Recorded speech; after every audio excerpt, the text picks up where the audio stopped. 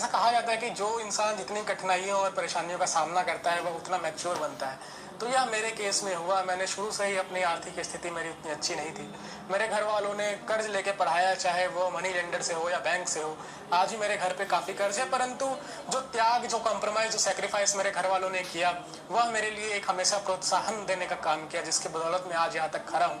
और जो गाँव में 18 साल बिताने के बाद जो दिल्ली आने का सफ़र था, वो मेरे लिए एकदम नया था। मुझे मोमोज और सैंडविच तक नहीं पता था कि ये होता क्या है, परंतु जब मैंने यह सब कुछ देखा तो एक कल्चरल शॉक लगा। परंतु वही है कि मेरा जो बैकग्राउंड था, उस वजह से मैं आज यहाँ पर पहुँचा हूँ। हमेशा पता था कि मेरे परिवार ने त्याग किया है, कॉम्प्रोमाइज़ किया है, सेक्रीफाइस किया है, उन्होंने कर्जे लेके प्रोत्साहित किया कि हाँ, ये चीज़ें करनी है।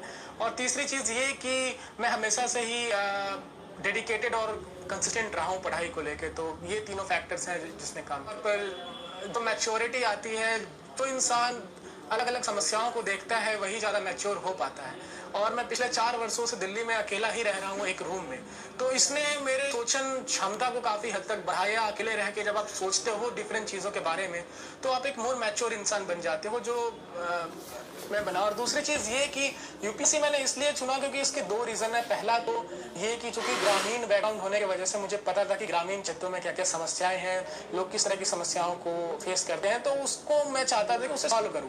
और दूसरी चीज़ ये कि मैंने अपने कॉलेज के फर्स्ट ईयर में रांची एडमिनिस्ट्रेशन के साथ एक इंटर्नशिप किया था श्री शशि रंजन सर के अंदर।